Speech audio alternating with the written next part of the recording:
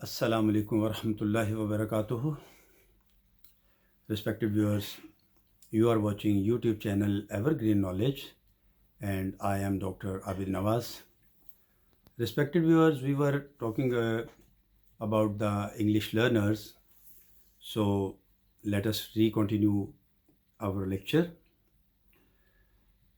In the last lecture, I was talking about the grammar translation method. جس میں نے عرض کیا تھا کہ کوئی بھی زبان سیکھنے کے لیے مقامی زبان کی مدد سے طلباء کو پڑھایا جاتا ہے. It is called grammar translation method. تو گزشتہ لیکچر سے پیوستہ ہم بات کرنا چاہیں گے اور وہ یہ تھی کہ اردو اور انگریزی میں طرز تخاطب کا فرق کیا ہے. انگریزی میں ہم کہتے ہیں گرینڈ فادر اور اس کو مختصراً کہا جاتا ہے گرینڈ پا. اسی طرح فادر کے لیے ڈیڈ یا ڈیڈی کا لفظ استعمال کیا جاتا ہے اور گرینڈ مدر کو مختصراً گرینڈ ماں کہتے ہیں. اسی طرح مدر کے لیے موم یا ممی کا لفظ استعمال کیا جاتا ہے.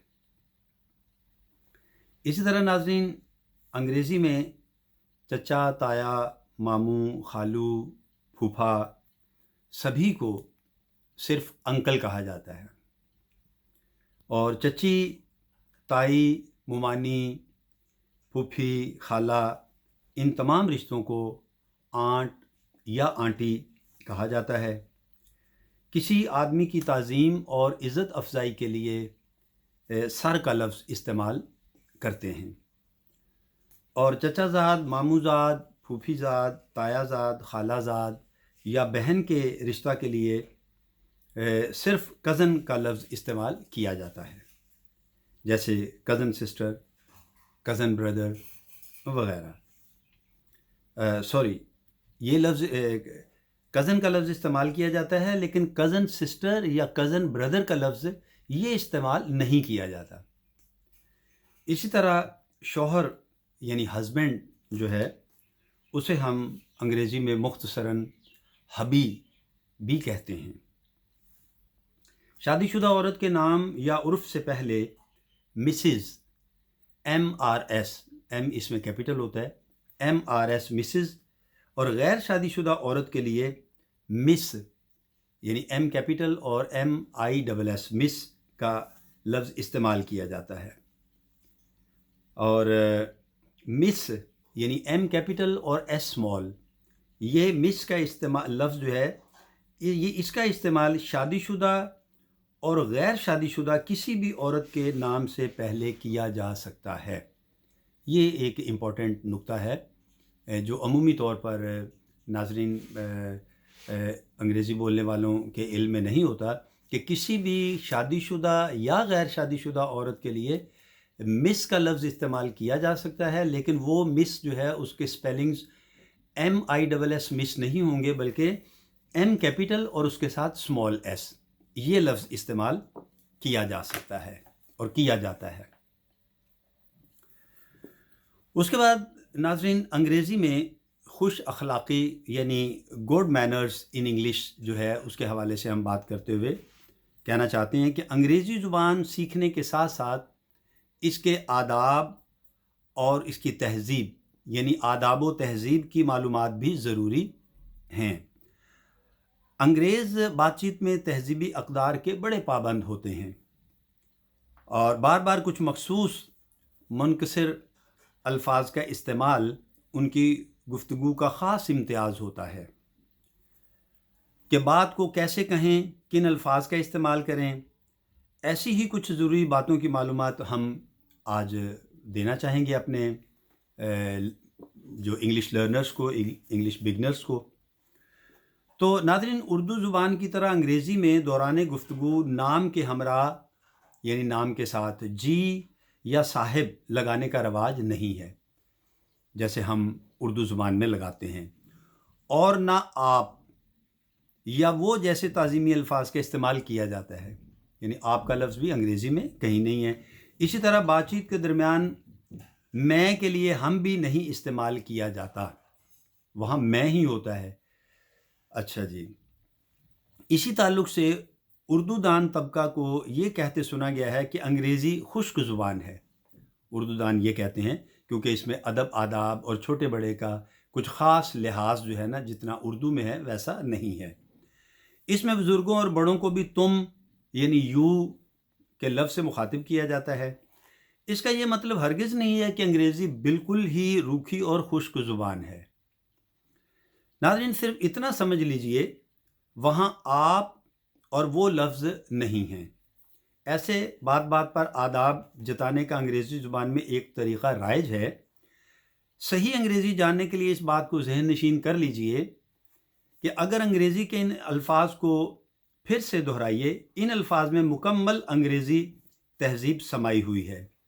یہ انگریزی زبان کے بڑے اہم الفاظ ہیں، تو وہ ہم آپ کے سامنے بیان کرتے ہیں، جیسے پلیز، تھینکس، ویلکم، کائنڈلی اور allow me, after you, sorry, excuse me and pardon, that's all right, it's my pleasure. تو ناظرین یہ وہ الفاظ ہیں جو بڑے اخلاق کو ظاہر کرتے ہیں، مینرز کو ظاہر کرتے ہیں، اور انسان کے یعنی اخلاقی جو اس کا رکھ رکھاؤ ہے اسے بیان کرتے ہیں. اگر آپ کو کسی سے قلم حاصل کرنا ہو یا پانی طلب کرنا ہو یا وقت معلوم کرنا ہو یا پھر کسی کو جواب میں ہاں کہنا ہو تو آپ کو جملوں میں پلیز استعمال کرنا چاہیے. اگر آپ پلیز یا کائنڈلی وغیرہ جیسے لفظ جو ہیں ان کا استعمال نہیں کرتے ہیں تو آپ غیر مہذب اور بد اخلاق تصور کیے جائیں گے. اردو میں آپ یوں بھی کہہ دیتے ہیں ذرا اپنا قلم دینا، یا ایک گلاس پانی، یا کیا وجہ ہے، ہاں پی لوں گا وغیرہ. لیکن اردو کی طرح اگر آپ انگریزی میں مندرجہ ذیل جملے بولیں تو کوئی انگریزی دان پہچان لے گا کہ کوئی غیر مہذب بول رہا ہے یا کوئی غیر ملکی نو آموز بول رہا ہے جو آداب گفتگو سے نابلد ہے. جیسے give me your pen, give me a glass of water, and what is the time? Yes, I'll drink it.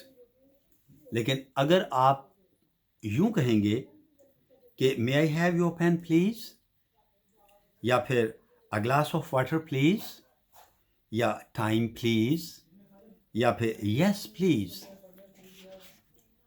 اگر آپ ان جملوں کو اس طرح بھی ادا کریں گے تو یہ سمجھا جائے گا کہ کوئی مہذب شخص بول رہا ہے. مثال کے طور پر may I borrow your pen please، give me a glass of water please، یا پھر what is the time please.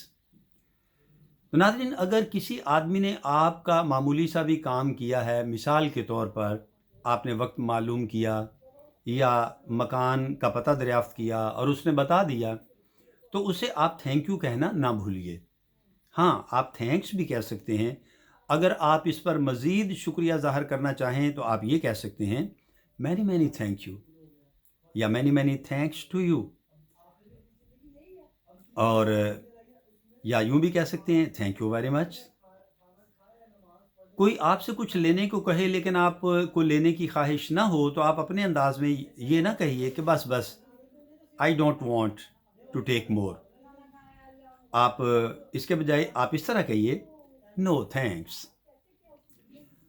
اسی طرح ناظرین آپ کو کسی کا کوئی معمولی سا بھی آپ نے کسی کا کوئی معمولی سا بھی کام کیا، اس نے آپ سے متشکرانہ انداز میں یعنی شکریہ کے انداز میں تھینک یو کہا، تو انگریزی میں سلسلہ کلام یہیں پر ختم نہیں ہو جاتا بلکہ تھینکس سن کر آپ خاموش رہ جائیں گے تو آپ انگریزی سوسائٹی میں بڑے غیر مہذب یا مغرور کہلائیں گے.